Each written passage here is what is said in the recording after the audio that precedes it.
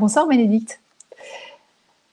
Alors, dis-nous, voilà, je pense que je vais t'entendre là. Tu as présenté un mémoire de master en sciences de la population et du développement à la faculté des sciences sociales de l'ULiège et ce mémoire s'intitule Étude d'une nouvelle forme de relation partenariale Sud-Sud influencée par les nouvelles technologies. Et tu as eu comme promoteur Gauthier Pirotte, qui est professeur de socio-anthropologie à l'ULiège. Ben, écoute Bénédicte, je te laisse environ 3 minutes pour nous présenter ton travail. À tout de suite. Merci. Ok, donc si je vous parle de coopération au développement, à quoi allez-vous penser? Probablement, vous allez me parler d'action humanitaire, de lutte contre la faim, etc. Bref, des relations qui en général vont impliquer l'Occident et un pays du Sud, souvent l'Afrique, l'Amérique latine. Mais dans la réalité, lorsqu'on arrive dans le domaine de la coopération, il y a énormément de relations qui vont s'établir entre ces pays dits du Sud. Et parmi ces nombreuses relations, moi j'ai décidé de m'intéresser à celle qui va unir l'Inde et le Sénégal, et plus précisément à un projet phare de la coopération indienne qui s'appelle le Pan-African e-Network. Alors c'est un projet qui a pour but de connecter digitalement l'Inde à 48 pays d'Afrique, et ainsi de permettre des activités de télémédecine et de formation médicale à distance. Alors techniquement, ça fonctionne par une connexion hybride, c'est-à-dire que on va connecter l'Inde à la rive ouest de l'Afrique par la fibre optique, et ensuite on va passer à une connexion satellite pour la connecter tous les établissements sur le continent. Donc moi, pour étudier ça, je me suis rendue à Dakar dans un hôpital qui faisait partie du réseau, et j'ai adopté une démarche, donc comme on l'a dit, plus anthropologique, donc plus axée sur les relations humaines.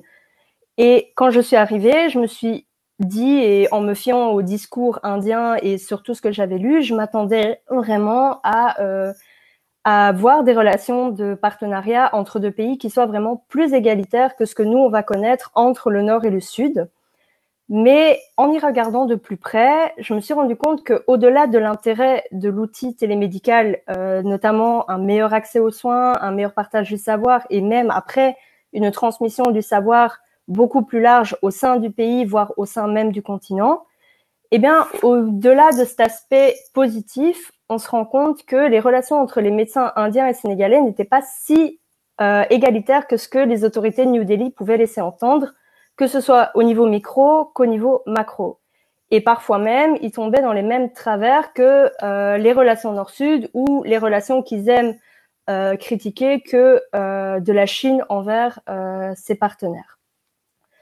Une chose qui était importante, c'est que quand je suis arrivée là-bas, à Dakar, le programme était en sommeil forcé. Et en fait, en y réfléchissant, c'était joué d'avance parce que le projet a été pensé dans les intérêts de l'Inde et en considérant l'Afrique comme un tout, un peu comme si tous les États du continent étaient identiques.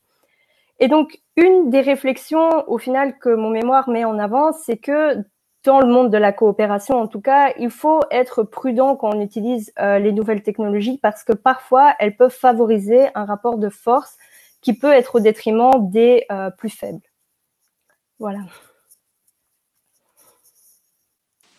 Merci beaucoup Bénédicte. On va évidemment passer aux questions-réponses dans quelques minutes, et donc n'hésitez pas déjà à préparer vos questions pour Bénédicte, et je pense que c'est déjà le cas. On va accueillir à nouveau Olivier de Wassel, donc président de ce jury IT. Voilà, je le disais, voilà, des petits flottements, mais vous êtes déjà parmi nous. Alors, qu'est-ce que vous avez souhaité mettre particulièrement en avant à travers le travail de Bénédicte? Mais tout d'abord, remercier et féliciter Bénédicte à la fois pour son travail et pour cette présentation très claire.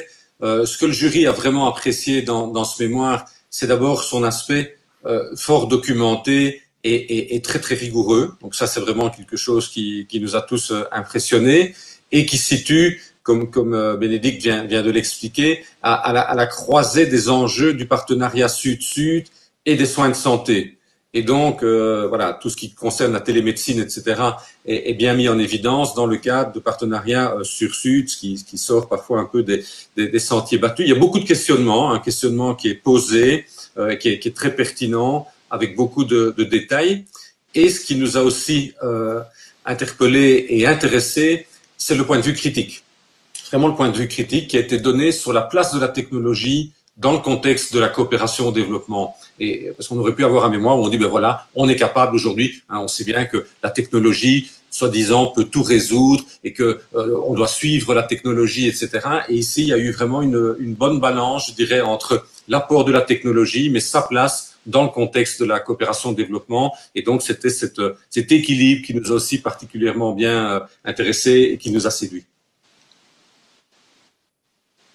Parfait, merci Olivier Douasset. On vous retrouvera encore un petit peu plus tard. Alors, il y a des questions pour toi, Bénédicte. On nous demande en quoi les technologies participent à la création de ce rapport de force, justement.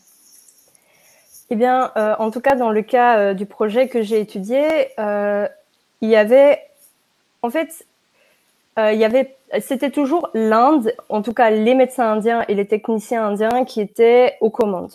Donc, c'était eux qui choisissaient des horaires de quand ils allaient organiser les réunions. C'était eux qui détenaient le savoir. C'était eux qui répondaient aux questions des médecins sénégalais. Sur place, c'était des techniciens indiens aussi. Alors qu'il faut savoir que dans le discours de l'Inde en général, on met en avant le fait qu'on utilise de la main-d'œuvre locale. Et dans les faits, c'était les techniciens indiens qui s'occupaient des serveurs, de la maintenance, en général à minuit, donc quand il y avait personne. Et donc tout ça faisait que, au final, les médecins au Sénégal étaient vraiment récipiendaires du projet et n'en étaient plus vraiment acteurs. Et alors s'ajoutaient à ça d'autres inégalités du style que les dialogues se faisaient toujours en anglais, ce qui est la langue, une langue officielle en Inde, mais ça n'est pas du tout le cas en Afrique de l'Ouest. Et aussi que la technologie avait été quand même assez lente, c'était pas une technologie de pointe, il fallait parfois 24 heures pour transférer un dossier du Sénégal à New Delhi. Donc voilà, c'était un peu comme ça. Alors, petit message de félicitations encore de Jean-Claude Anglebert qui dit, comme il a aussi lu le mémoire avec attention, il n'a pas de questions.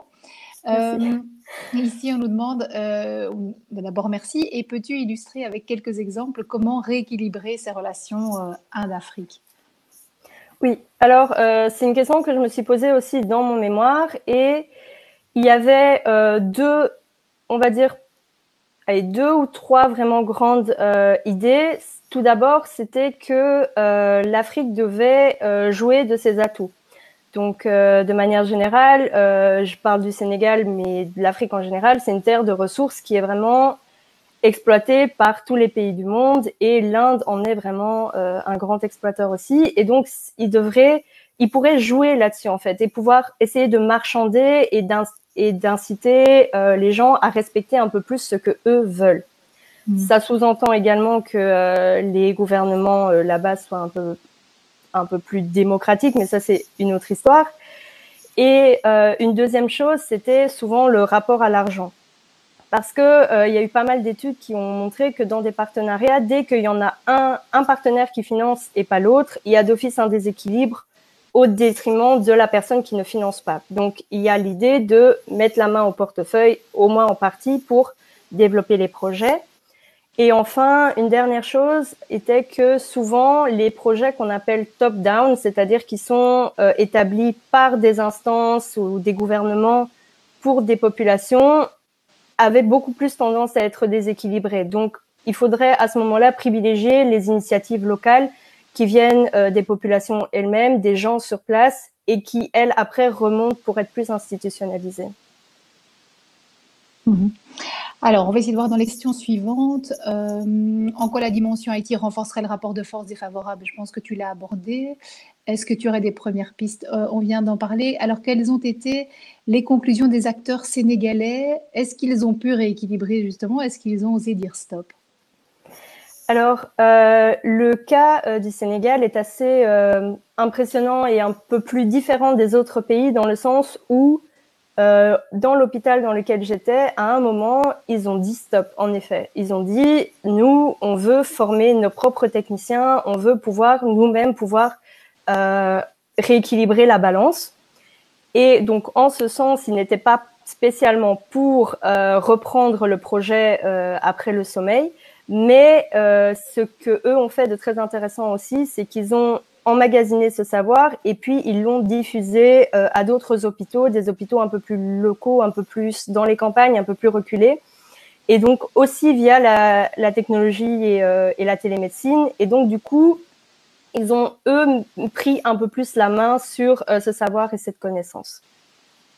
Oui, ce qui semble indispensable, en effet. Alors, je vois qu'il y a une question qui nous arrive et ce sera la dernière question qu'on va prendre.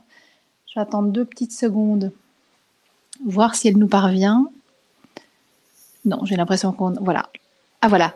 Que financent l'Inde et le Sénégal? Dans le cas du projet, tout était financé par l'Inde.